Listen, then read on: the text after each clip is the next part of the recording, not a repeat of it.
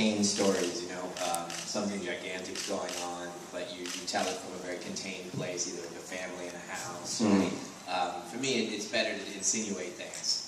And then all the characters have to deal with the reality of what's out there.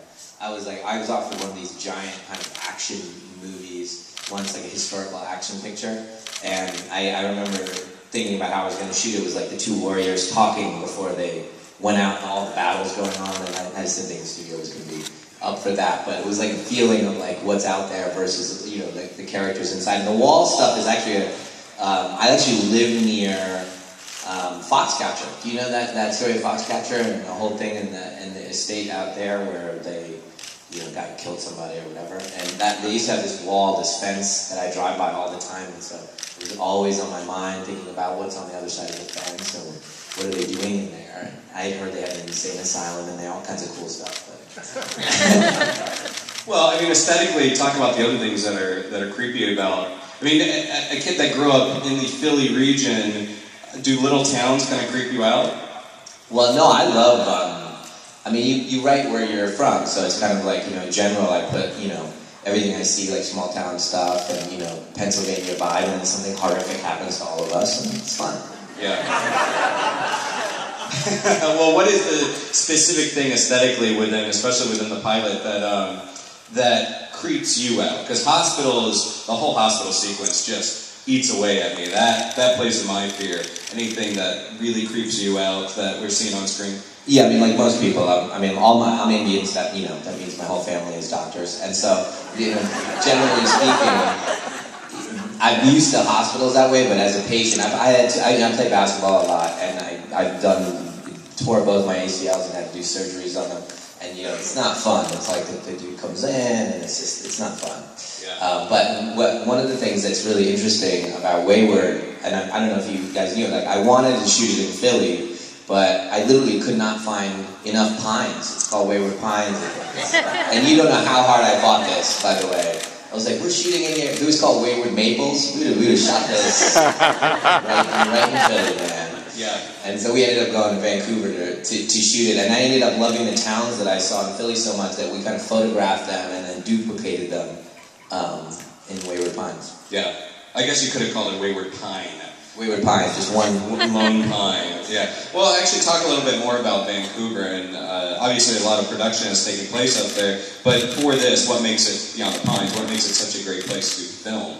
I mean, actually, it was that they had a massive amount of pines, and you have to have the landscape. This was a small town nestled in the middle of a mountain range and just surrounded by pine trees. Plot-wise, you'll see that it'll become more and more important as the show goes on, and so it was either like you either shoot the town here and then digitally put in everything over there, or you build the town in the middle of the landscape that's appropriate. And in the end, we chose Vancouver. I think it was a good choice, and the people there were really nice to us. They weren't Philly nice, but they were nice. Vancouver nice, yeah. Well, you know, I was talking to you a little bit backstage that right at the end there we see the wall, and that's kind of a significant payoff for the very first episode.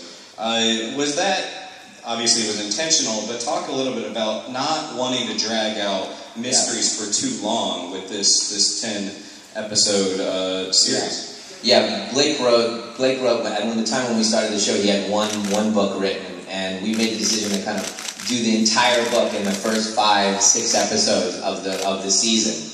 Which was a bold decision of not wanting to stretch it out and do the kind of milking version, but bring it to the kind of the middle point of the season, which was a big decision, and I think a good one for us, because I wanted to talk about what happens after you know, as much as tease you till the reveal, and then live in it afterwards. And so when you watch the show, the second half, it's after you all know everything that I know about it, and then we can live with the characters once you realize what exactly is going on. Mm-hmm. And I've seen the first 5 episodes, and while I'm not going to tell you what happens, I will tell you it seems like in every episode there is another significant reveal, a big payoff for it.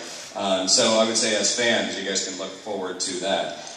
Will you talk a little bit about the narrative DNA of this show, the sort of the inspirations that you were drawing from? Because it looks like for me, it looks like there's a little bit of Twin Peaks here, there's a little bit of Twilight Zone here, The Prisoner. Yeah, I mean, for me, Blake actually was very inspired by Twin Peaks when he wrote the piece. You can tell by the tonalities, and that for me, like David Lynch for me, I love him. And like right now I'm writing a new movie, and like on my desk is Blue Velvet. It's literally sitting there just so I could just get some osmosis, like genius osmosis from there. And when they sent me the pilot and it had this kind of weird tonality, you can see it if you watch the trailer for The Visit. It's weird, dark, like it's inappropriately funny, and you shouldn't be laughing at these things, and it's not good to be making fun. Your children shouldn't be behaving like this, and I love that. So I'm like in that irreverent, dark place. And the pilot had that kind of weird humor where he's trying to talk about a dead body, and he's talking about ice cream, and I really enjoyed that as one of the things. The other thing, obviously, it felt like to me very clearly like a 10-episode like homage to a Twilight Zone. That's what it felt like to me, and it's like one